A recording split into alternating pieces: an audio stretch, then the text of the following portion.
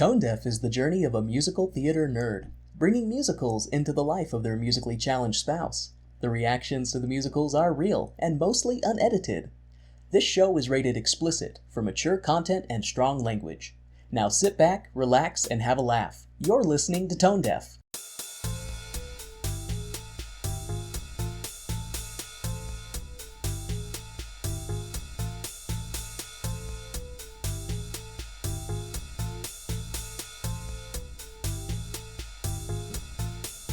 Welcome to Tone Deaf, a theater nerd's guide for their musically challenged spouse. I'm Kay, a musical theater nerd. And I'm Warren. I'm musically challenged. Thank you guys so much for all of your support and your tweets and just your reviews and your comments. We've been loving every single minute of it. And just your general awesomeness. Yeah, your general awesomeness, and for putting up with last week's pee-filled episode. I promise that won't happen this week. We took a shower afterwards, now we're good. Yeah. But yeah, I just wanted to take some time real quick. We didn't get a chance to do it before last week's episode, but we'll do it this week. Wanted to thank Katya Vetrov for leaving an awesome review on Apple Podcasts. Woo! Thank you, Katya. Yeah, thank you so much. We really appreciate the love from you guys. I also want to kind of celebrate because last week, after the Urinetown episode, we crossed 1,000 downloads. Yes! And that also was because Cortland from Up All Night pointed us to this app called Podcoin that's really awesome, that you can listen to podcasts, and then they give you basically points that you can use for either gift cards or to donate to a charity. So it's way awesome.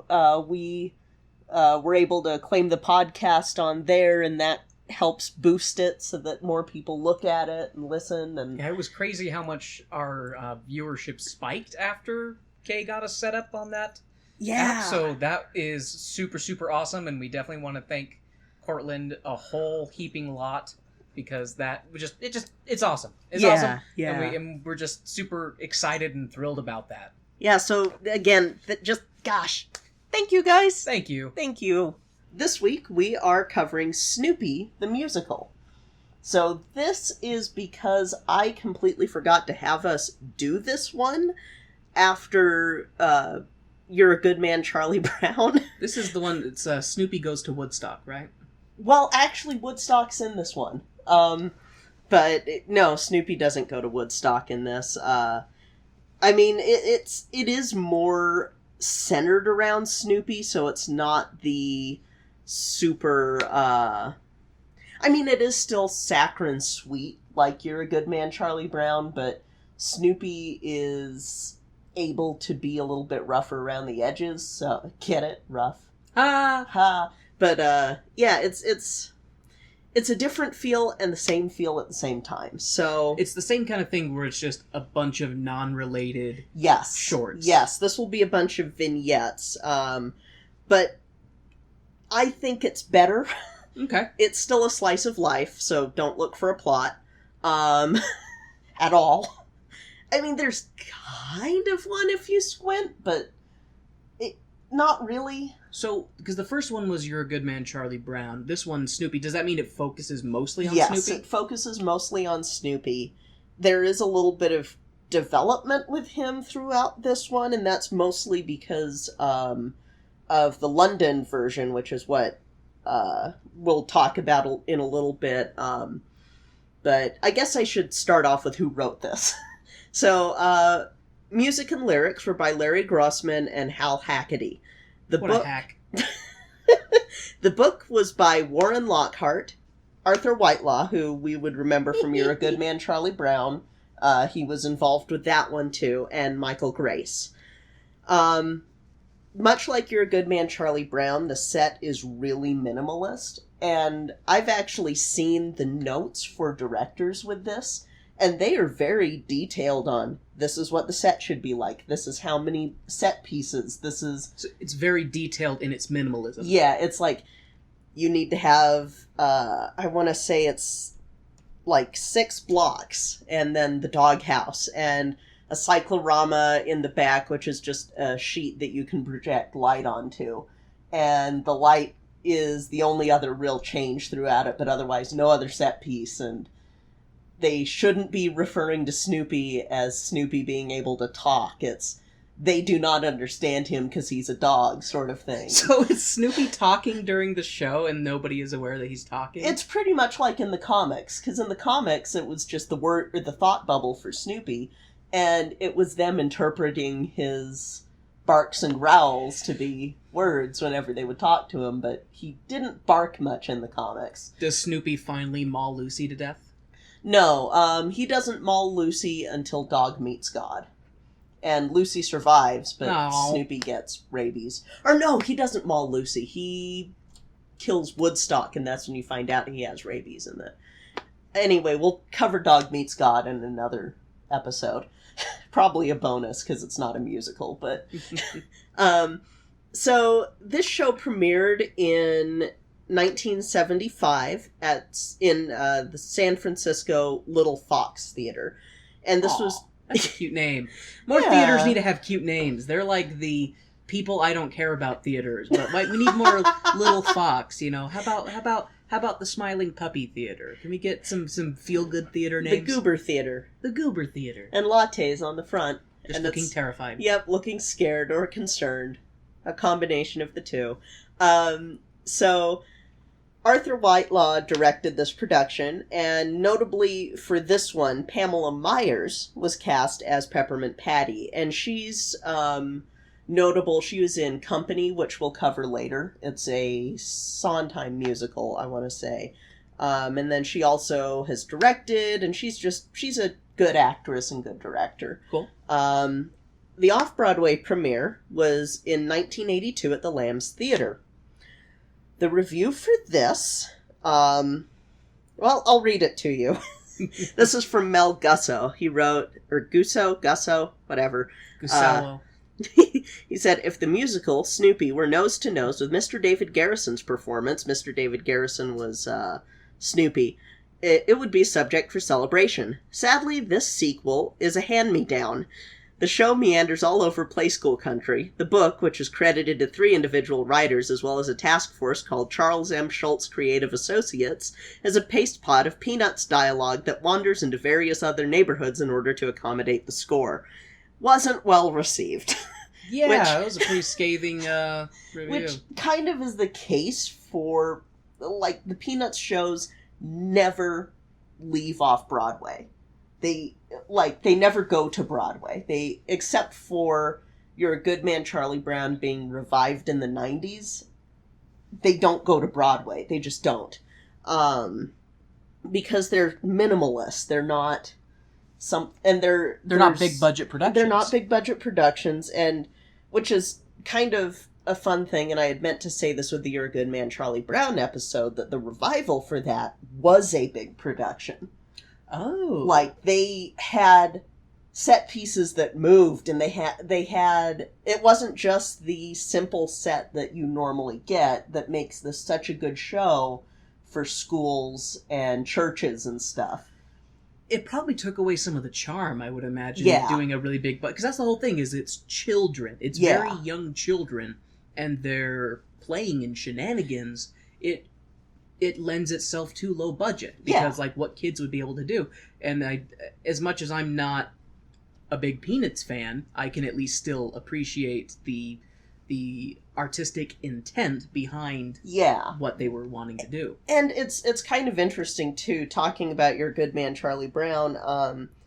They tried to make it look more like the comic itself rather than the way that they had done the show previously.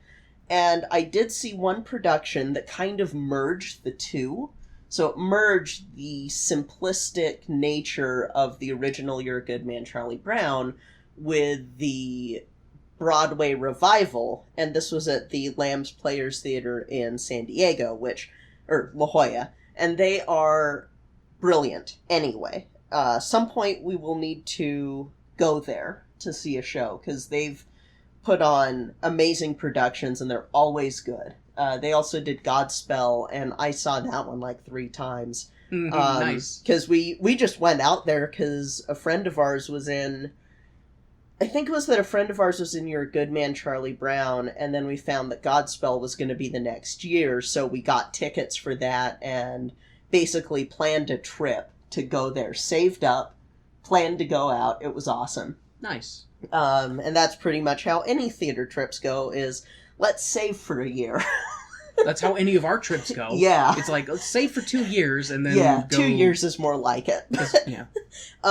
So the performance in London actually did better. It was in 1983, and they added in some new songs. And that's kind of going to be the version that we're going to be seeing. The version we're seeing was performed in the US, but they added 3 new songs that really uplift the show. And it kind of fixes the issues, in my opinion, musically.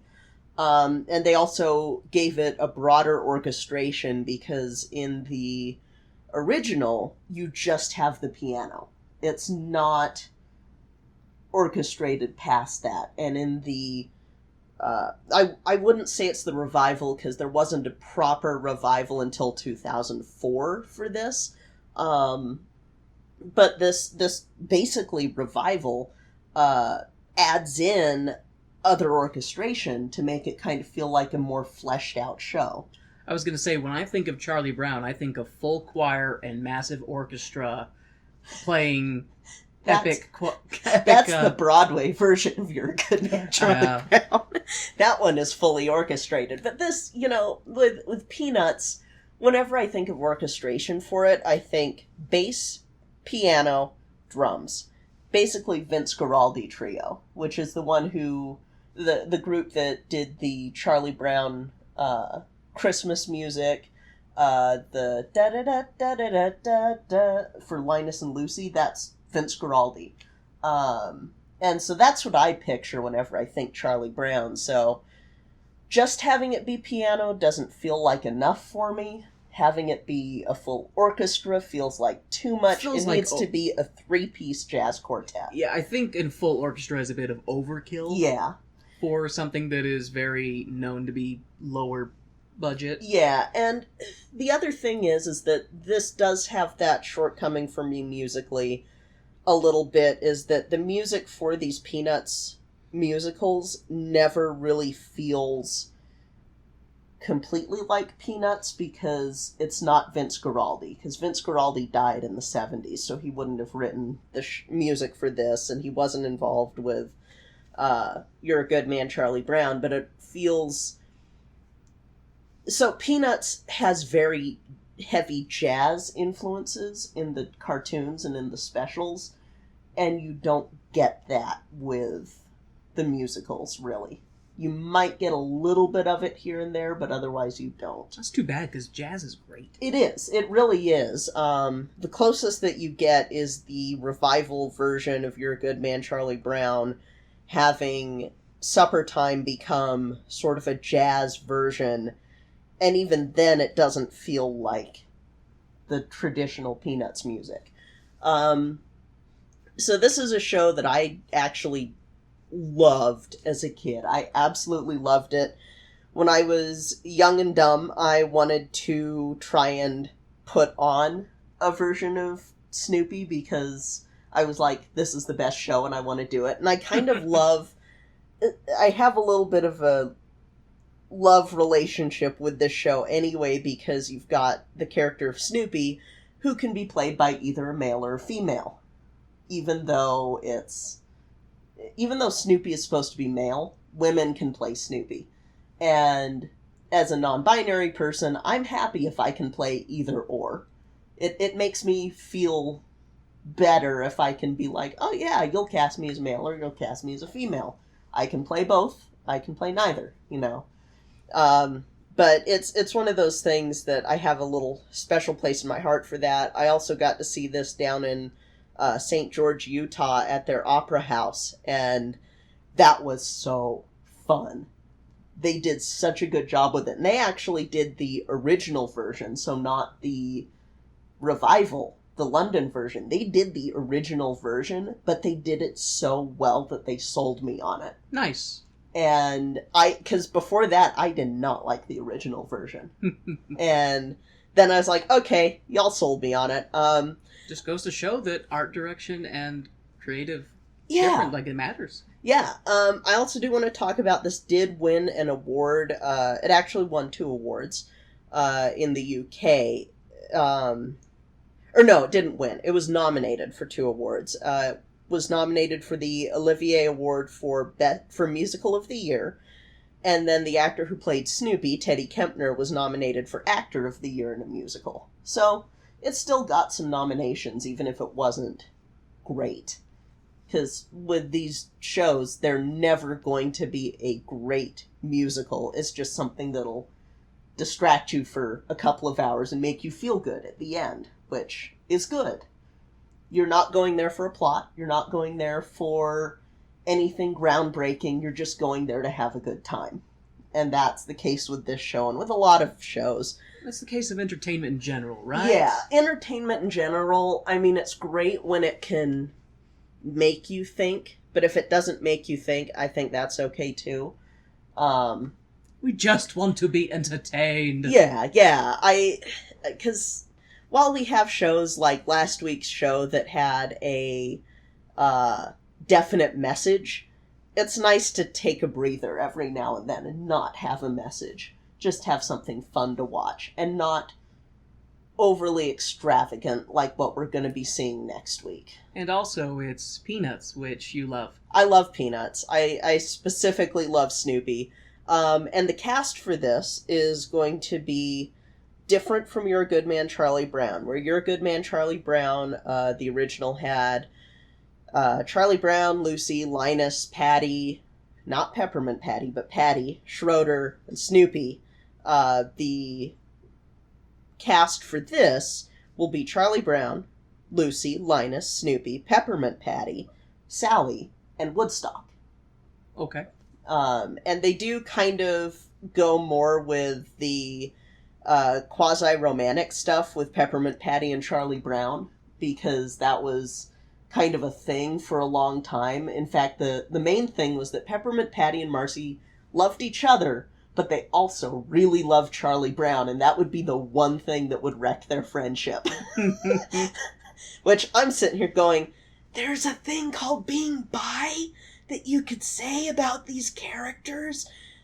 Hey. Also, there's polyamory if you're gonna go that route and have them share Charlie Brown, but I also was more of a Peppermint Patty and Charlie Brown shipper over Marcy and Charlie Brown, because Marcy gets the little kid in, she gets the boy in France in Bon Voyage Charlie Brown, so, Marcy's got her French boyfriend. She can have him.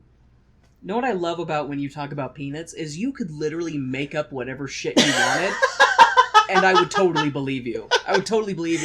It's like, there was Sayonara Charlie Brown, where they went to Japan, and Lucy fell in love with a Buddha statue and got in trouble trying to bring it back home. And I would have been like, okay, sure, totally. There is the Peanuts special where Linus has a crush on this girl who gets leukemia. Please tell me you're joking. Nope. That's fucking it's called rough. Why Charlie Brown? Why? Yeah, why Charlie Brown? Why? I mean, she survives. And okay. There's a sweet moment at the end of it where she is able to toss off her hat and she's got a little bit of hair underneath, but it's a rough one to watch. Okay, she survived, so that's good. Mm-hmm. But they send Linus through this trauma. Oh yeah, this emotional roller coaster of I like this girl and she's going to fucking die. Yeah, and she's like what, 5? Well, they're 7. Oh, I mean, it's not better. She's got a long, full life, full of memories. Well, for anti-vaxxers, that's a long, full life. So, I mean, that's middle-aged right there at 7. They're having their midlife crisis and buying a Hot Wheels Barbie car. So. Hey. In Charles Schultz's time, people were smart enough to not poo-poo vaccines. That's true. They remember not having vaccines. Yeah. Hey, guys, vaccinate your fucking kids. If you don't believe us, listen to Sawbones. Vaccinate your fucking kids. Seriously. Okay. All right, so that's a tangent off of Peanuts. from Peanuts. So, yeah, we're gonna watch. This is a community theater production. Technically shouldn't exist on YouTube, so I'm not gonna say who says it, because the production companies that own some of these shows are strict regarding who can show the videos, and with the advent of YouTube, it's a lot easier to circumvent it, but you still kind of have that territory of, if they ever decide that they want to put the kibosh on having their shows on YouTube, they will. Hey, until the time that theater people pull their collective heads out of their asses and start producing this media in a method that is easier for distributing to the entire world, so poor fuckers like us can still see these shows. Yeah. We would love to pay for it, but we have no means to pay for it other than driving our asses or flying our asses out to a theater and shelling out expensive tickets. Yeah. So we can't do that. We kind of rant about this in our Tony's episode, but yeah, it's kind of bullcrap. I guess that's true. We did rant about that already. It's okay. It's a worthwhile rant. I mean, here in Utah, pretty much the same, 10 shows are put on every year from every theater, and so you don't get as much variety. And it didn't used to be the case, but it feels like they've kind of stagnated in what's being performed.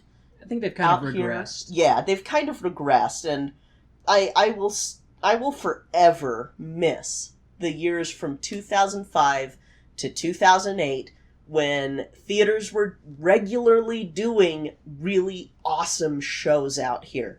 That was the time that I was able to do Ragtime and Seussical, and I was in Godspell. Footloose isn't awesome, but I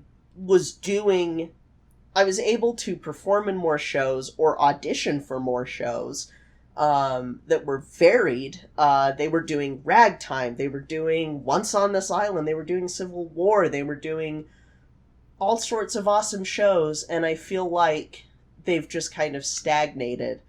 And that's not to say anything bad about necessarily the theaters, it's just that they're all putting on the same stuff every year. And it sounds like they're putting on the safe bets. They are. They're putting on the safe bets that they can market the most. Yeah, and they aren't gonna have controversial subjects or less controversial subjects. Yeah, and a lot of times too, it's affordability in these shows. Like, oh, can we afford to put this on? And I'm kind of like, okay, some of these bigger theaters need to take the risks because they can.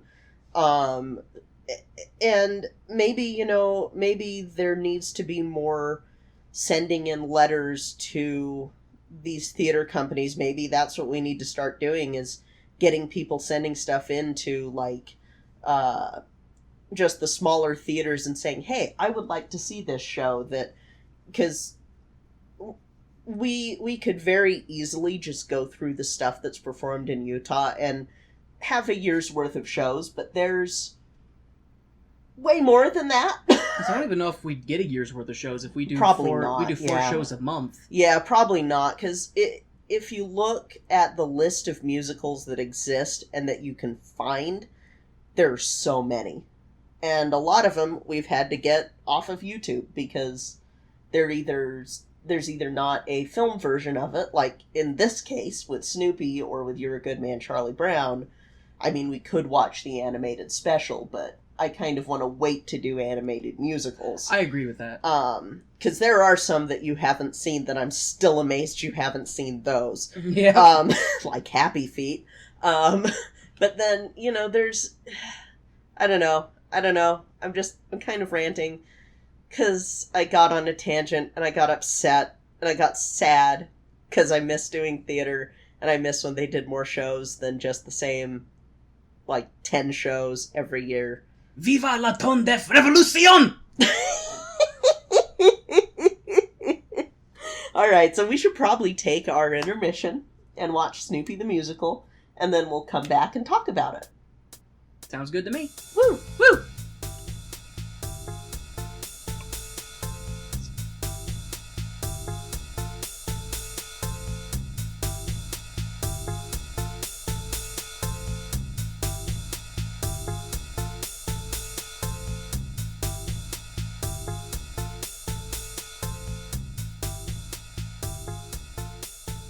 Hey, Warren. Hey, Kay. Guess what time it is? Is it time to talk about our favorite people in the whole world? Hell yeah! Woo! So this week, we want to give a big thank you to our Producer Circle patron, Bianucci, and another big thank you to our stage crew sponsor, Jasmine Wu. You guys are so frickin' awesome. We love you so much. We're so glad that you are continuing to help and support our podcast week after week. We can't do this without you guys. We love you both so very much. Thank you so much for your support. Now, let's take a quick break to listen to an ad from one of our favorite podcasts called History on Blast.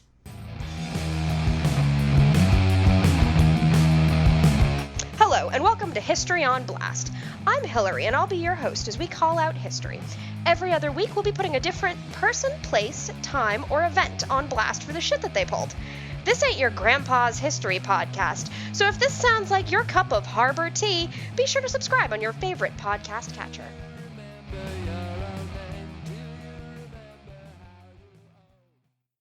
And now, the lights are going down and the music is starting back up, so let's hop into the second act of the show.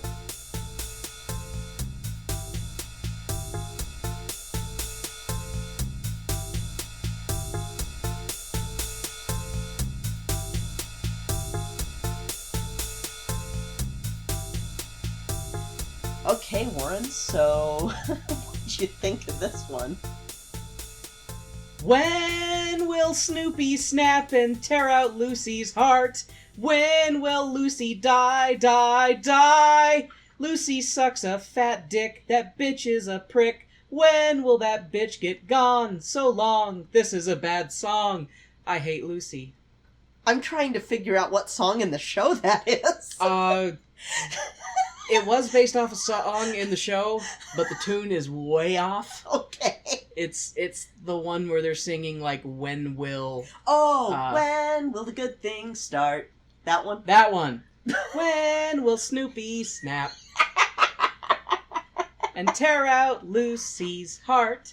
When will Lucy die?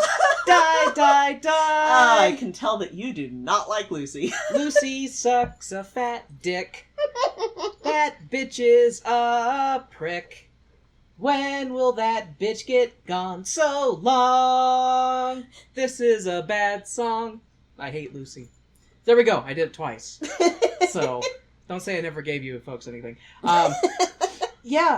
This is just another continuation in the I fucking hate Lucy saga that is everything I've ever known about Charlie Brown. Yeah. Lucy's horrible in a lot of stuff. Like, she has her moments, but yeah. Does she though? Ish. Does she really? Like, anytime I ever see anything with Lucy where she's even remotely a decent person, she still is a bitch. Yeah, okay, so she has good for her moments.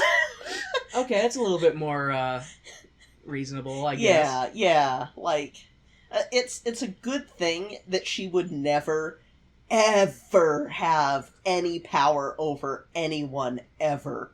And if you watch Dog Meets God, that's pretty much solidified. Gotcha. But, well, beginning this dive, the show opens up with a philosophy discussion about whether or not it's morally sound to keep your loved ones chained up so they can't leave you. Yeah, because, you know, pets. Keep pets captive so they can't leave. Is it morally sound? I think so, because I don't want my dog to leave me.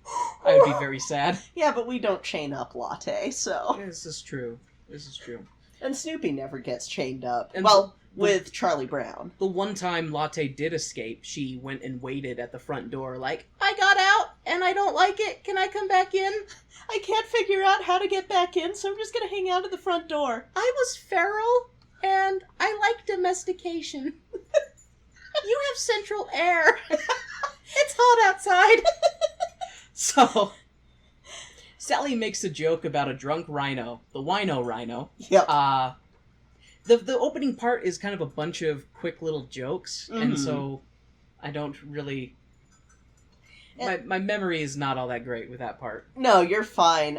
So, like in You're a Good Man, Charlie Brown, they take actual comics and bring them to life on stage, basically, with it. So these are actual snippets from the comic. So, with that tone, so what about the songs? The songs are original for the music, yeah, the right? songs are original for the show. Are the settings of the songs and the circumstances based on comic strips? Yes. Okay. Yeah, they are. So the people who made them just kind of took a strip and they went, I can make a song out of this. Yeah. It's not the same sort of, oh, this is a concept album, like, background to it, but it is, because it never was a concept album like You're a Good Man, Charlie Brown was, but, yeah, it's everything's still based off of the comics. Another reason to hate Lucy. Oh my god. That bitch spoils movies for Linus. Linus is watching a movie and she's distracting him and he goes, quiet, I haven't seen this before. And then she gives him a spoiler for it and like, so-and-so dies at the end. He's like, ah! And what's funny is this production updated the movie, because in the original it's Citizen Kane, and spoilers, Rosebud was his sled. What? Oh, we've talked about Citizen Kane. Oh, I know. Ad nauseum. I'm just being a jerk. I've seen that movie too many damn times. But in this they make it Marley and Me, and we all know how Marley and Me ends because it's probably got a fucking Newbery Award medal on the cover. Ugh. If there's a dog on the cover, I instantly side-eye the book. I have a Newbery medal joke later on. Oh, sweet. Excuse me. Sorry about that. Okay. So Snoopy and Woodstock make their grand entrance. I don't remember what happened. That's the only thing I wrote down. And Sally tries to show off the first snowflake of the year, but due to technical difficulties, they have to end the show and tell. Yep. I love that, because it's just, I have the first snowflake, damn it. Like, shit.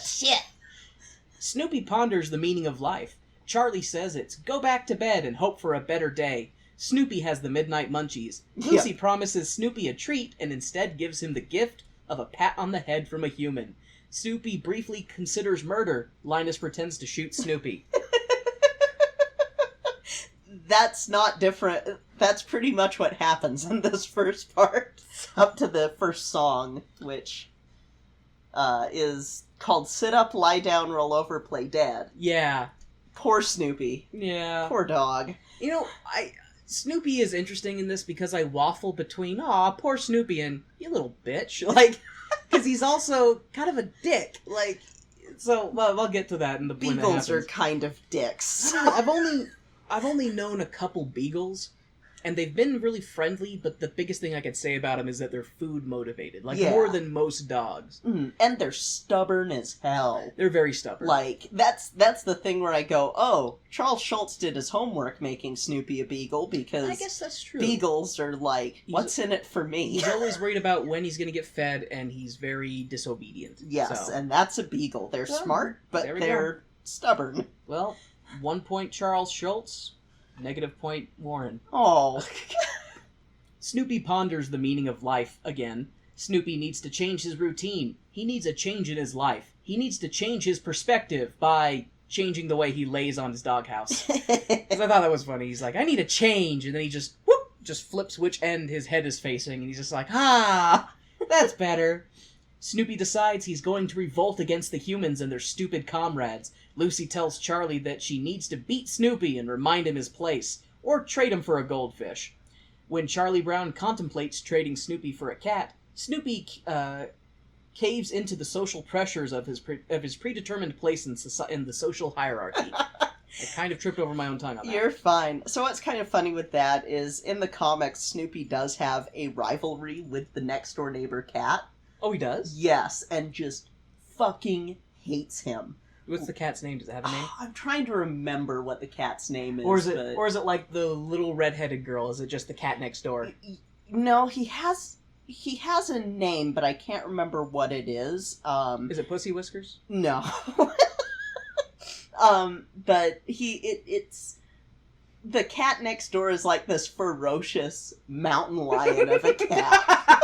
It's like a Steven. Yes, and it's funny too, because the other cat that you see in the Peanuts comics is Frida's cat, And I can't remember what the cat's name is there either, but the thing that I just always remember with that is that she's always carrying the cat just draped over her arms. The cat doesn't move and just is sort of like this liquid cat. So it's like a rag doll? Yeah, pretty much. And yeah, there's a Peanuts moment. Which you are full of them, because you know shit about this universe. Yes, I do. I wrote fan fiction for it. Did you kill Lucy? Please say you killed Lucy. She's not the only one.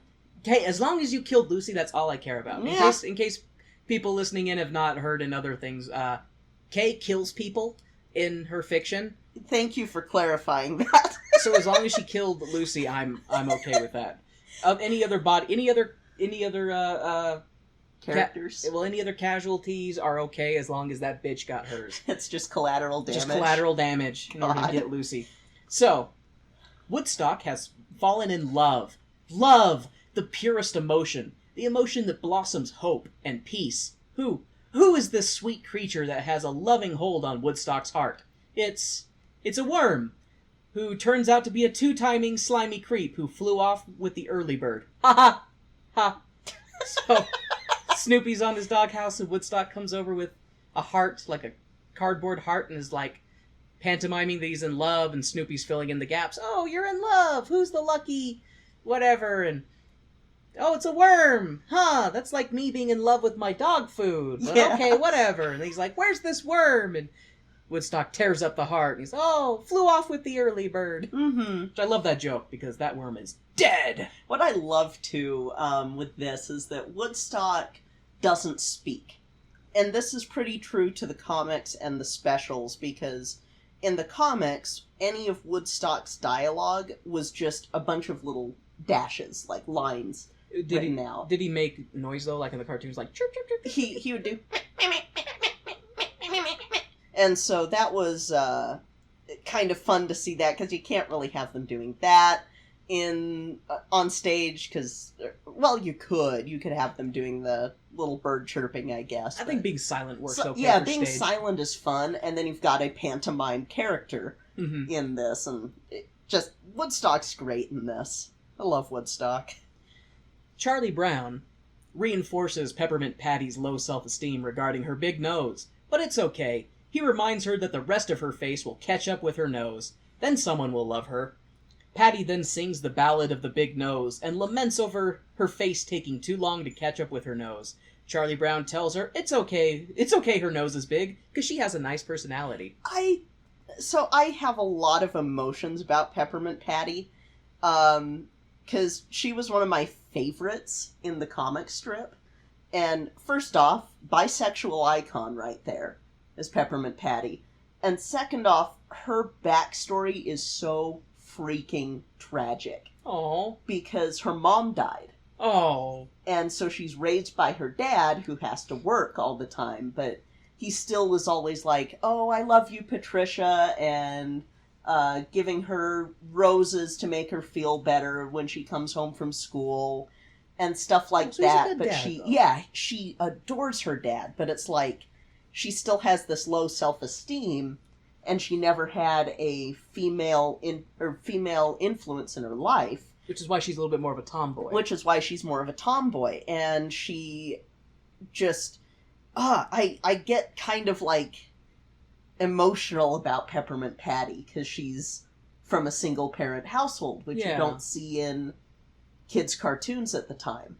And especially not a kid raised by their dad. And it's never, like, played for laughs or anything with it. Yeah, they always try to stick to that radioactive family demographic. I think it's nuclear, but okay. Which is radioactive. I chose my words intentionally. Okay, Steven.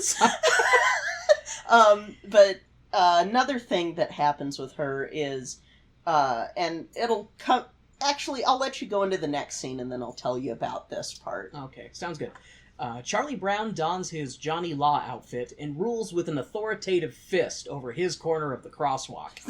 Which I did think was kind of funny, because he's the kind of guy who's like, I never have any control over anything in my life, and then he gets just a little bit of authority, and he's like, halt! Go! Stop! Proceed! Like, he just And it just made me laugh, that part. And I can't remember, one of the characters has a line about some people go corrupt with just a little bit of authority. Something like that, Something like that. Linus knows how to market his report to his audience. They're in school, and his teacher approves of his disingenuous placating of how happy he is to be done with summer and back at school.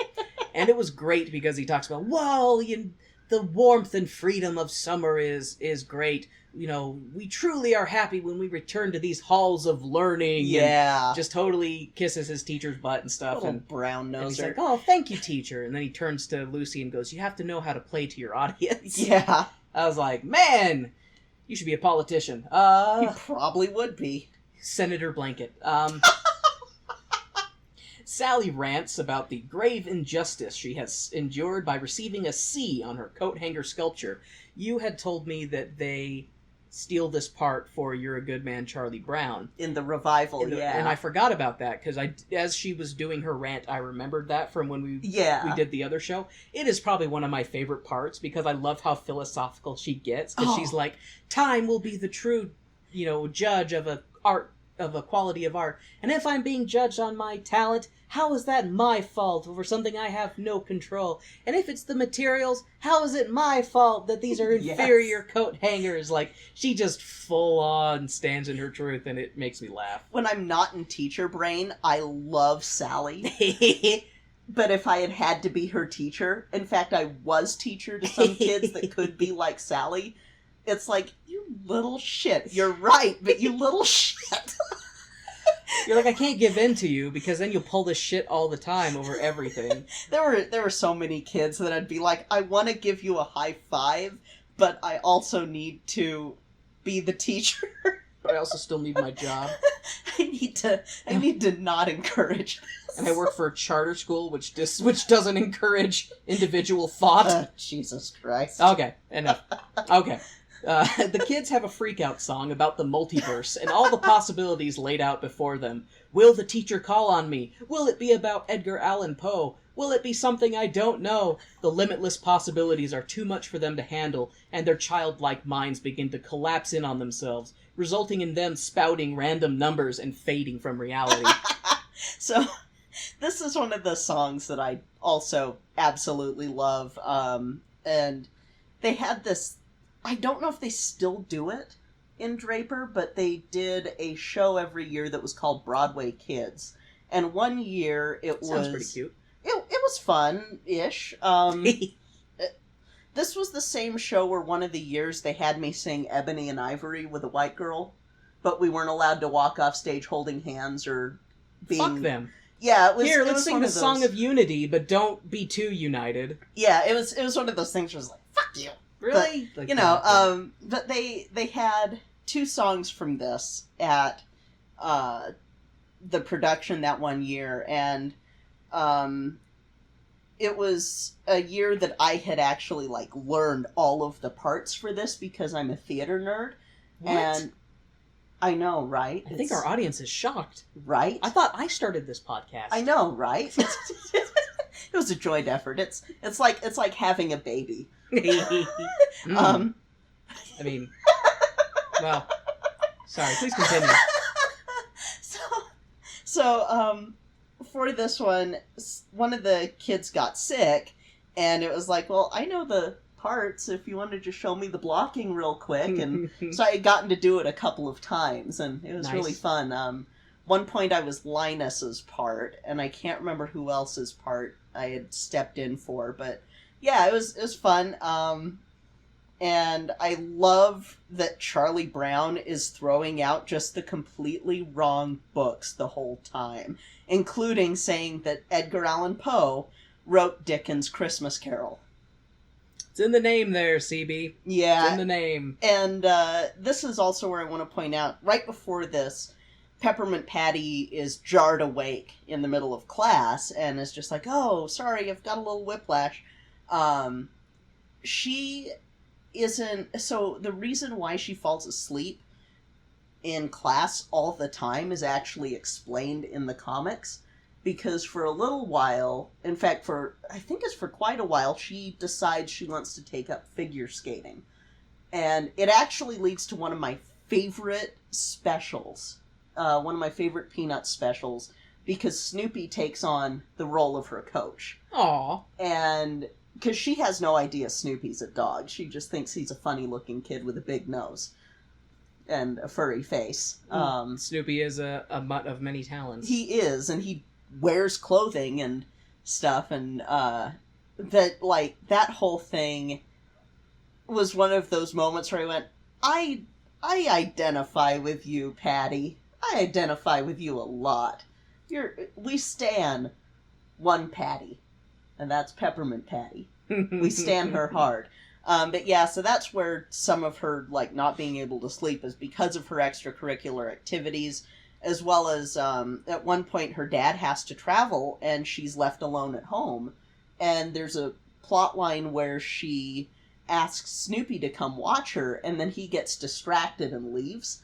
And so Charlie Brown has to come stay up at night at her house. Oh.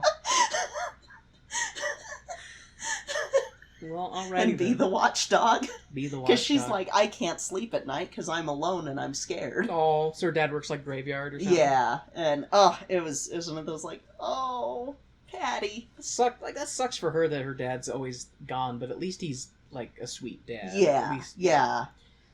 Okay, enough of the sad stuff. We're back to me being a jaded and spiteful person. Snoopy pines for his long-lost bitch of a mother, who kicked him out of the house and hid the other children that she really loved so that Snoopy would be picked first. Unfortunately, Snoopy is suffering from cognitive dissonance and is unable to come to grips with his abusive upbringing.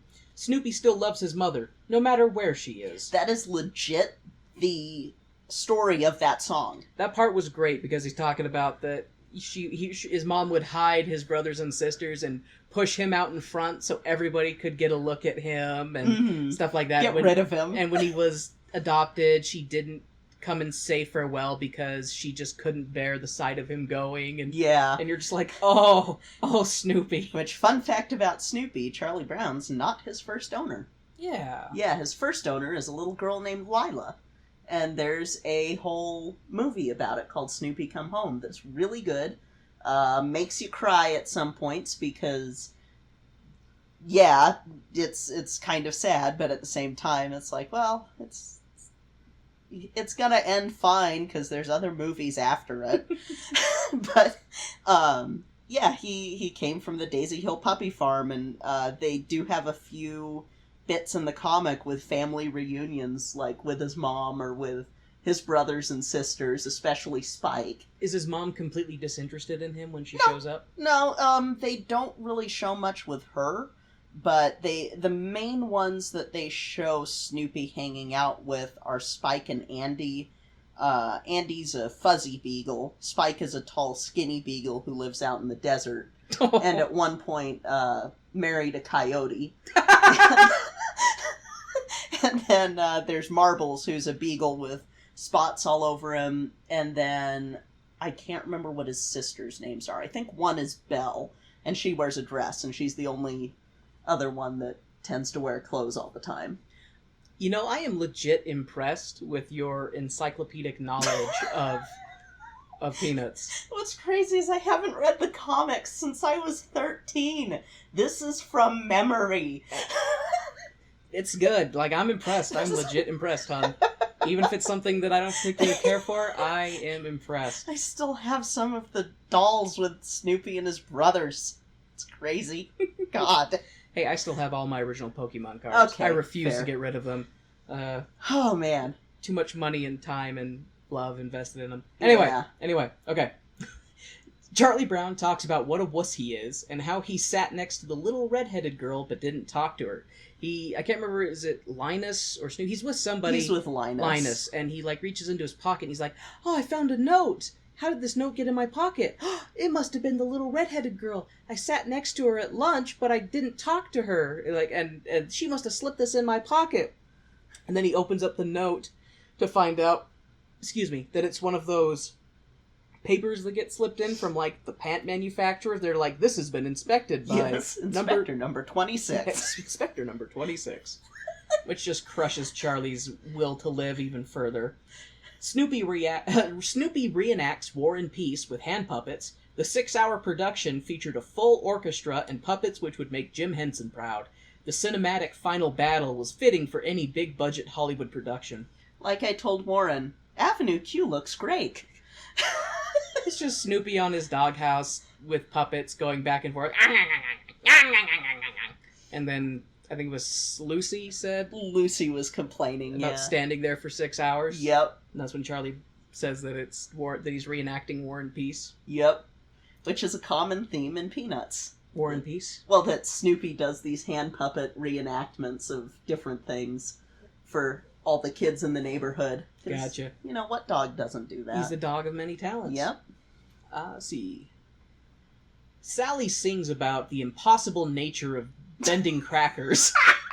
But they sing so bad that Snoopy howls in protest. The girls then sing about all the things they know, important things like you can't trade your brother for a bike, and you can't fit a flea with a collar, other wise teachings. So it was just a... You can't milk a cowslip. Yeah, it was just an okay song, just them going, if I'd known all of these things... It was just puns. It was a song about puns. You can't ring a bluebell. Yeah, Kay definitely grasped most of them. I couldn't make out a lot of them, so I just wrote down the ones that I was sure about. Otherwise, I would have been making things up, which I would never do. Linus then starts proselytizing the word of the Great Pumpkin. He has superior powers when compared to the inferior Santa Claus. After being mocked, Linus decides to wait in the field until the Great Pumpkin rises from his slumber to soar among the heavens and rain down destruction upon the non-believers. Snoopy and Woodstock flank Linus in cool sunglasses, looking like a crazy man's bodyguards. But really, they just don't want people to recognize them hanging out with some kind of kid in his smelly blanket. Patty shows up to twist the knife into Linus's heart and mock his god. But Linus will never lose faith. Never! He is a holy zealot of the Great Pumpkin, and all will rue the day that they mocked him and his lord. So it's just Linus in a field talking about how great the Great Pumpkin is, and everyone like, oh yeah, I don't think the Great Pumpkin's that great. And he's like, oh yeah? Well, I'll show you. And then he sings about waiting for the Great Pumpkin. I love it. Just, I'll give him 7 minutes. Alright, I'll wait till 10. Yep. I'll wait till 11. Wait till midnight. But 11:09 is where I draw the line. Lucy... Oh, God. Okay. Fuck you, Lucy. Lucy demonstrates again why she is despicable and deserves a slow, painful death by claiming that the entire year is her year. After being forced to contemplate her own stupidity, she backpedals rather quickly and declares the year is no longer hers, and relinquishes it to the little people. I hate Lucy. I will never not like Lucy. Someone needs to make a mod for a video game where all you do is shoot Lucy. Oh my god. The kids sing a song about the blue sky and all the things they see in the clouds, and in normal Peanuts fashion, Charlie Brown is not able to get in more than 3 words before he gets interrupted. I see Charlie Brown snapping in the near future and using Sally to beat the other 3 to death, feed their dismembered bodies to Snoopy and Woodstock to dispose of the evidence. Oh wait, that was a fanfiction I'm working on. So... in that scene, they're all just like, I see this, and I see that, I see this in the clouds, what do you see, Charlie? And then he goes, well, I see, and then someone interrupts him. That's all he gets to say in the whole song is, oh, well, I see. And then until the very end. Until the very end, when he's, what does he say? I was gonna say, I saw a horsey and a ducky, but I changed my mind. I think that they were just fucking with him. Being like, oh, I see the Sistine Chapel. Oh, I see the Astrodome. I see the Fall of Rome. Yeah, Fall of Rome. Like, you little shits. Oh, maybe. I mean, I don't know. I think it's better that these kids have imaginations and they're seeing interesting stuff versus... being dickbags. Just being complete ass clowns. I mean, I expect that from Lucy. That's just who Lucy is in her core. But the others, I would like to try and think better of them. That's fair. That's fair. However, everyone loses their shit over the arrival of the Easter Beagle, who gives the undeserving masses treats, or eggs, or something. But he doesn't have enough for Charlie Brown, who once again gets the shaft. Sing your pain, Charlie Brown. Sing it loud and sing it proud. Or sing it low and slow, your choice. Charlie Brown then talks about when he was a wee boy and first deciding if he wanted a cat or a dog. He went with a dog, and Snoopy used to have respect for his master and he knew his place. But now Snoopy thinks he's the alpha, because he's self-aware and has demonstrated the capacity to hold multiple jobs and construct elaborate alternate personas. You know, I have a theory. Daisy Hill Puppy Farm was near a nuclear test site. So Snoopy's entire family, because they're all bipedal beagles, his entire family are mutants. See, I actually had a similar theory, but Snoopy's mom was from an animal testing lab. Oh. And then she went home with somebody, and then, but her DNA was altered, just like Caesar in Rise of the Planet of the Apes. Yeah, okay, that's a good theory. Yeah. That's a good theory. Especially because, just the way that Snoopy and all of his siblings are. And you never see Snoopy's dad in any of this. He's a deadbeat. Oh, that would be too bad. Either that, or Snoopy's dad died heroically getting his mom out of the animal testing facility. Oh, maybe. There we you go. know what? This would be a good fanfic. Let's do that tonight. Nope. After seeing the musical with so much Lucy, I need to spend a couple hours killing things in the virtual. I'll preface, in the virtual environment. Charlie then reminds Snoopy that he's nothing without Charlie Brown. Snoopy owes his whole existence to Charlie Brown. Snoopy proceeds to tell Charlie Brown to perform a full prostate examination on himself. The other kids come in to remind Snoopy that he's a mongrel. He's worthless. He has no monetary value. They sing it. Sing it! With Snoopy participating in his own roasting. I would feel bad for Snoopy if he hadn't just pissed on Charlie Brown 3 minutes prior. What I laugh too is that they updated some stuff in this, but they didn't update the pricing on a dog. Have you ever seen how much beagles fucking are? I know they're more expensive. Yeah, if you get a quote-unquote purebred beagle. Yeah, they're an expensive breed of dog. And he didn't, get Snoopy at a pet store. He got Snoopy from a breeder. So, Snoopy would have been an expensive boy. Possible. I mean, it would depend. Because, there's people who just give animals away and fair, stuff like that. yeah. So it just kind of depends on the person who they got them from. Yeah. So, who knows? I sit there and I go, $400 French poodle. If only. French beagle. Well, no, they say $400 French poodle. They do? Yep. I thought they said French beagle. That is one of his usual hang-ups in the comics, is that poodles are so much more valued than beagles, which is funny because he almost married a poodle. I totally misheard everything then. You're fine. And he actually had a poodle fiance for a while who ran off with somebody on the wedding day.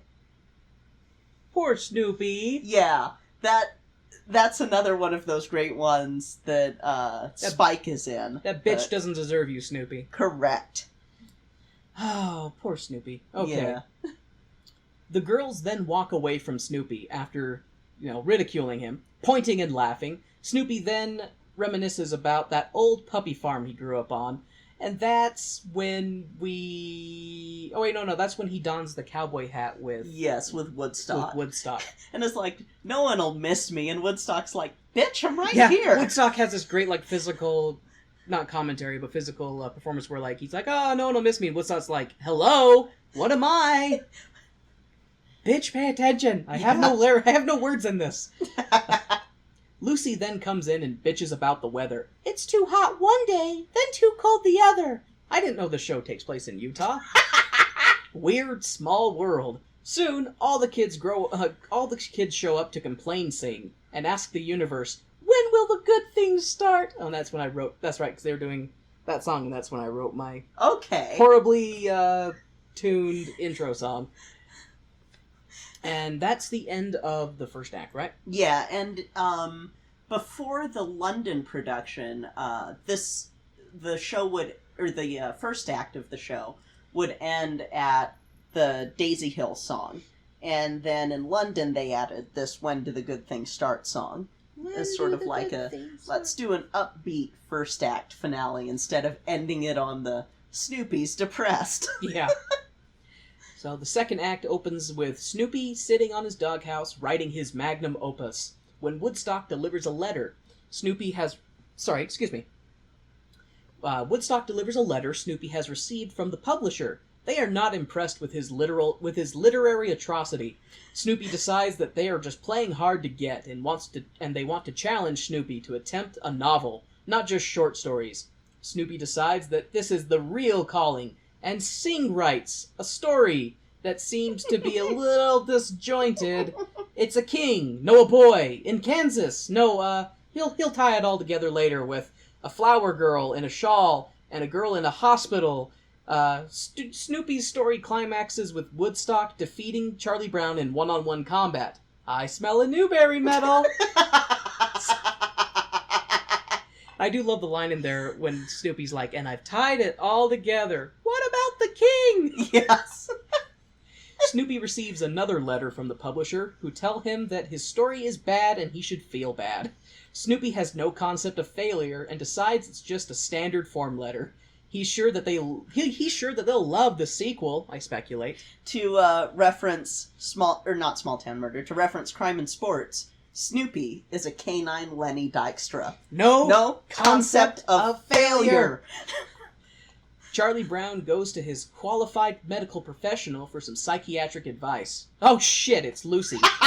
This bitch has outstayed her welcome. Charlie Brown decides he wants to seize life by the balls and remain strong and firm with his decision to lick life like an ice cream.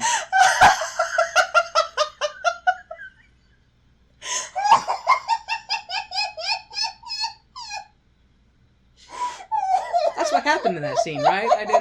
I didn't miss anything.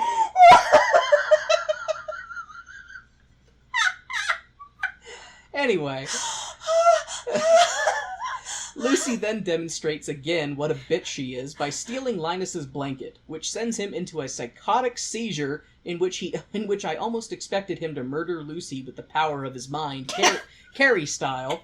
But sadly, I was let down once again. When will someone send this bitch to the great beyond? Okay, so to be fair in this one, her mom had sent her to get the blanket from Linus so that she could wash it. Did they say that? Yes. Oh. I just assumed she was being a twat. No, she has to go, because this happens in the comics too, where she has to go and get the blanket, and then she's telling Linus, okay, it's in the rinse cycle. Okay, it's in the wash cycle. Okay, it's coming out. It's going into the dryer. Okay, it's almost done. Here you go. Gotcha. It's one of the rare times that Lucy is a good sister. That's right, Linus is her brother. Yeah, okay. He's her baby brother. Okay. Well, her... Because Sally is Charlie's sister. Yes. Patty is an only child. Yes. And then Linus is Lucy's brother. Yes. Okay.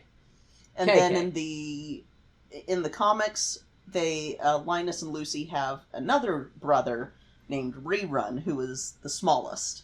And he looks basically like a tiny Linus. Okay. Thus, Rerun. Patty says that she doesn't understand love, and asks Charlie Brown to explain it to her.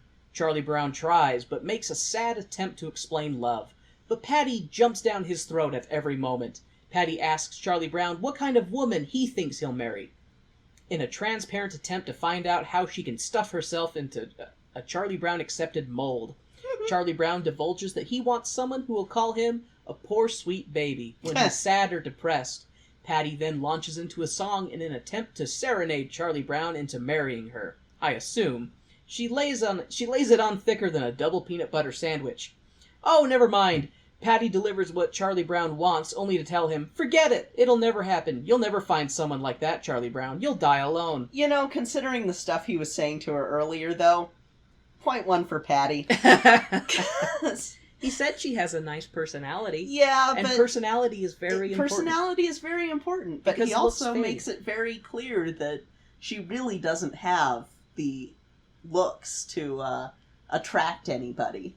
And so, which it's kind of funny too, because this scene kind of meshes in all the times that Peppermint Patty and Charlie Brown have these sitting under the tree conversations about the future, basically, and Peppermint Patty is not so transparent. Or, not so transparent. She's very transparent about her crush on him during these, and he just is completely oblivious. Like, oh yeah, it was so apparent that she's just like, tell me what you want, what you really, really want, and I'll be that thing that you really, really want. And he's like, I want this. I want a woman who will pity me. Yeah, I want a woman who will pity me. I mean, there's nothing wrong with when you're down wanting your significant other to comfort you. Yeah. That's pretty natural. But the whole poor sweet baby, I thought was a little much. And then when he's laying on her lap and she says, it's okay, poor sweet baby, mommy's here. I was just like, oh, like that just sent some massive shivers up my spine. I mean, Freudian shit aside, when they say that people tend to go for someone who either reminds them of their father or their mother. Yeah. I love my mother, but if I ever was laying on you and be like, it's okay, baby, Jesus, mommy's here, I would catapult up and run out of the room screaming. Especially because that would mean I was body snatched, so... By my mother? No, just by somebody. It's like, it would mean that there was a body snatcher going, it's okay, Mama's here. Like, okay. All the kids go to the movies, and Charlie Brown wimps out, getting sick to his stomach after hearing... Well, they're talking about vomit. Yeah, just like, I hope there's not any throwing up in this movie. Oh yeah, and then he's like, all this talk of throwing up is making me feel like I'm gonna throw up. And he leaves. Lucy hopes for violence, and Sally divulges her psychosis all over Linus, who tells her that she's crazy. Sally says, you think I'm crazy? I'll show you crazy. I'll take a bird to the movies with me. That'll show you, blanket boy. Because they're at the movies, and they're waiting in line, and Peppermint Patty goes in first, and then Lucy is like, I just hope that there's violence. And it's no such thing as a G-rated life, no Linus. Such thing as a G-rated life, and Linus is like, I don't like violence. I hope there's not violence. And then Sally gets really, really psychotic with, you know what I'm imagining? That we're on a date and we went to the movies together. But we're not. I'm imagining that you called me up and said, would you like to go to the movies? And I said, yes. And then you came and walked me over here. He's like, that's not at all what happened. She's like, I don't care. I reject your reality and substitute my own. So, and then she says, like, well, fine, if you won't go with me, I'll take the next person I see, or in line, and it's Woodstock. Yep, and Woodstock's like, okay, and she just ditches him. Oh, I missed that part. That she ditches Woodstock. Oh, yeah. She should peck out her eyes. Yeah. Poor little burb. Poor little burb. The movie they see is a Spielvin Steberg film called Teeth, featuring an iconic giant man-eating shark. The original is the best, in my opinion. The kids then sing about transforming into different things, like shape of a tree, form of a bird. Remember, kids, don't be anything less than everything you can be. So, Kay is giving me a look right now because she likes this song and she understands the song. I'll let her say some things. So it starts off with Sally saying that leaves falling from... Well, first it starts off with Charlie Brown saying, you know, don't leaves falling from the trees make you feel sad? And Lucy's like, no. In fact, I feel glad when they do. It's when they jump onto the tree that you should be in trouble. And then... Touche!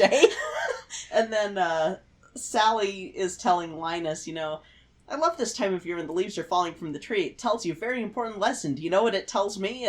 Or do you know what lesson it tells me? And Linus is just like, no, but I'm sure you're gonna tell me. And then as she say, they're basically saying, like, don't be the leaf if you can be the tree. And don't be the tail if you can be the dog, saying, you know, be the best thing that you can be. Don't settle for less. Be the best you possible.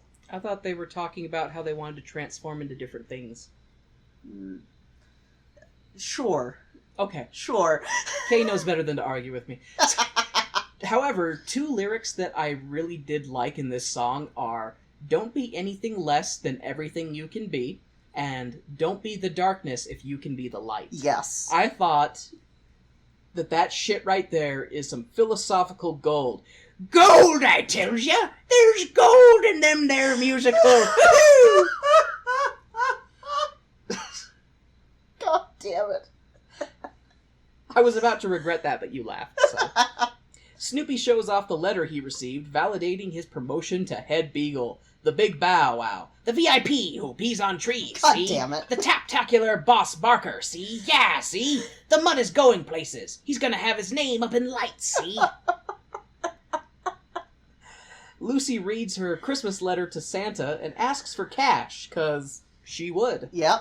She then criticizes that socialist joy giver for not moving to a warmer climate, Santa Claus. Mm-hmm. The kids are all gathered around looking at the stars, only to have Lucy give Charlie Brown some more shit. God, I hate her. God, please send a meteorite to smite that bitch. The kids and animals then gather around and sing about believing in yourself. If others can believe in you, then maybe you can believe in you too. Except for Lucy, I still want her dead. Get Snoopy. Get her, Snoopy! No, damn it, lazy-ass mutt. So, yeah. What's fun with that song? So, the last song is Just One Person, which actually, so not fun about it, it was sung at Jim Henson's funeral. Aww. But it is one of those really good songs, because it's a great way to end the show, much like with Happiness and the You're a Good Man, Charlie Brown. Penis. God damn it. But with Just One Person, I kind of feel like, in a little ways, it's Snoopy being like, it's okay, round-headed kid. I believe in you. Even though you're the round-headed kid, and I'm a little dick sometimes, I still love you, because I'm a dog, and we're still pure. It reminds me of a phrase I've heard before. It's, you're my favorite turd, and no one's allowed to shit on you but me. Yeah. I don't know, I love this show, even with the cynicism that sometimes happens in scenes, because they do have the moments that lift you out of it, like the Don't Be Anything Less Than Everything You Can Be, and Just One Person. Those are two songs that just kind of go, okay, but in all reality... No, those that's the thing, too, is those songs were definitely really good, and I appreciated that they had a very positive message to them. Yeah. And I wasn't kidding when I was saying that the what was it? Don't be anything less than everything you can be. Thank you. And the don't be the darkness if you can be the light. Mm-hmm. I was like, that's some good shit. I like that right there. Yeah. So any Charlie Brown musical, all it needs really is just more Lucy death, and I will be happy. Oh man. So you won't completely like Dog Meets God, but something does happen to Lucy that I think you'll be happy with, so... I mean, if she just grows out of not being a bitch, then I would be okay with that, too. Kay's face says no, she's still a bitch, just not as big of a bitch. I don't want to give anything away. Okay. But it's great. That's fair. It's great. And that might have to be a bonus episode. I think so, since it's not technically a musical. But... Yeah, but it'll be fun. I will need to see if I can find it again, because last time I was able to watch it was like... Years ago? Yeah, it was years ago. It was like 8 or 9 years ago, because it was when we first had started dating. Okay. So, actually, it might be 11 years ago that I've seen it. Oh, God. So I don't know if it was that long ago, because I do remember you looking at it, and I do remember you showing me a scene from it. So it must have been 9 years ago that I've seen it. Oh man, and I'm sitting here dragging this on because I'm putting off this announcement. So, those of you who listen to our mini episode know about the horror of the Cats musical. And some of you who are on Twitter may have even seen that another musical was also being discussed because of the Cats musical. So, this is episode 29. That means... tomorrow, or not tomorrow, next week, is episode 30. Which means it's a Weber week! Jesus Christ. Superstar! You know... Is another Weber show we've done so far. So, there's a show that, on the one hand, I feel like Andrew Lloyd Webber is a fucking coward for never having done a movie version of this. But at the same time, if they were to do the same sort of CGI like they've done in Cats, it would be a little bit closer, actually, to the original source material of the show. Original source material? So he based this coming show off of something else? Yes. Off of a couple of things, but one thing in particular.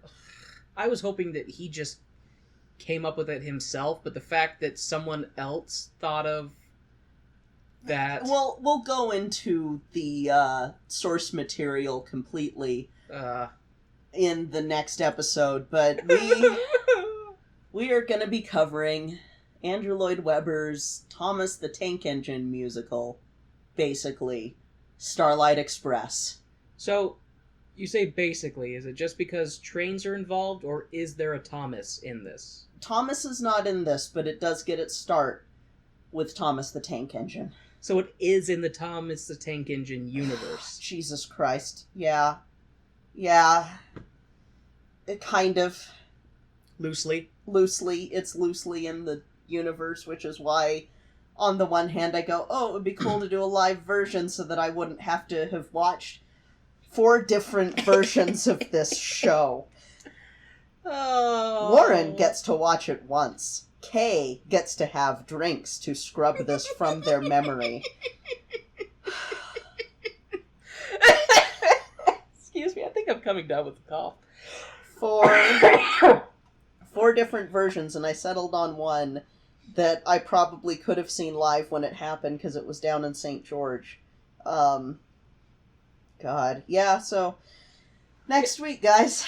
Okay, I have a question for you. A very serious and genuine question. Yes. Why are so many theater shows so fucking weird? Like, what is it that they go, oh, the best means for me to communicate this important and thought-provoking social issue is through anthropomorphic trains or cats. There's no social issue with this shit. Okay.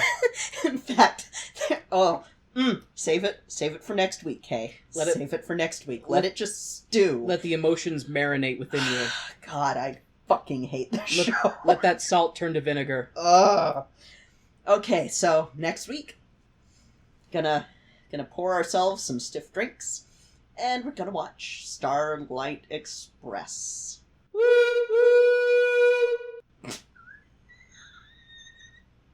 Wow, that's very loud on the recording. So thank you guys so much for listening to our podcast. And I hope you can still hear. Yeah, I will have edited that down. Maybe I'll even triple layer it so that it sounds like an overtone. Anyway, so thank you guys for supporting us. If you want to get in touch with us, we're on Twitter at ToneDeafMusical. And we're also on Facebook at ToneDeafMusical. We have a Gmail account, tonedeafmusical@gmail.com, if you want to reach us there. You can also hit us up on the Podcast Junkie Discord server, which has some amazing people on it. We've got podcasters, we've got audio drama creators, we've got podcast fans on there. It's just a really great community. I highly recommend it. I highly recommend the shows that are on there. It's a cool group of people. Like, I've discovered new podcasts that I didn't know I needed in my life. Yeah. And even if you're not a podcast creator, if you're just a podcast enjoyer, it is an awesome community. Everybody is super nice and welcoming. Yeah. I have not met a single douchebag, which for me I feel like is an achievement because the internet's full of them. But everybody here that I've encountered has been super cool. Everybody there is like family. It is awesome. And you could join our big family, and not in a weird, creepy cult way, but in a, hey, we're a podcast family and family of podcasters and podcast lovers. And I would recommend from their Private Island Presents Up All Night. I would recommend Pomegranates and Pitchforks, which is a Utah-based horror podcast. I would recommend a Ninth World Journal, yes, which is a great audio drama based off of a Dungeons and Dragons style universe called the Numenera.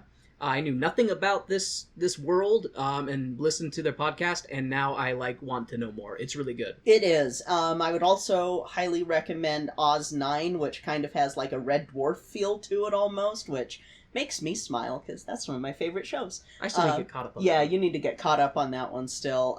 But yeah, it's a really awesome group. And I've got the link to the podcast Junkie Discord on our Twitter, as well as in the description of this episode. If you want to go above and beyond, feel free to hit us with a 5-star review on iTunes, Podchaser, any of your apps that have the ability to review or rate, because that sort of stuff just helps you move up the charts and gets more people looking at it. And if you want to go way above and beyond, you can hit us up on Patreon. We have different tier levels, with some of them having bonus episodes, some of them having shout-outs. Customizable messages. Yeah. Kay and I are working on some artwork for our podcast that should be pretty dope. Yeah. And yeah, we just really, truly, greatly appreciate all of your support for our humble little show, coming back week after week and enjoying our silliness and being silly with us, and we hope that we bring a smile to your face each and every week, even if I'm horribly trashing something that you like. Yes, especially if we're horribly trashing something that you like, looking at Grease. And if you disagree with something that I say about a show, please feel free to let me know on one of the methods that we have mentioned previously. Because I would love to hear your opinion on why I am an uncultured swine. And I would love to hear your opinion on why you like something that I personally hate, because even if I don't like it, that doesn't mean it doesn't have value. It just means that I don't like it for whatever reason. Art is subjective. Yep, art is very subjective, and boy, will that be apparent next week.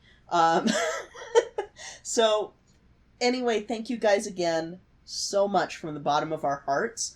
We're excited to come back next week and share with you some more of Warren's journey through musical theater. But that'll be it for this week. I'm Kay. I'm Warren. And this has been Tone Deaf.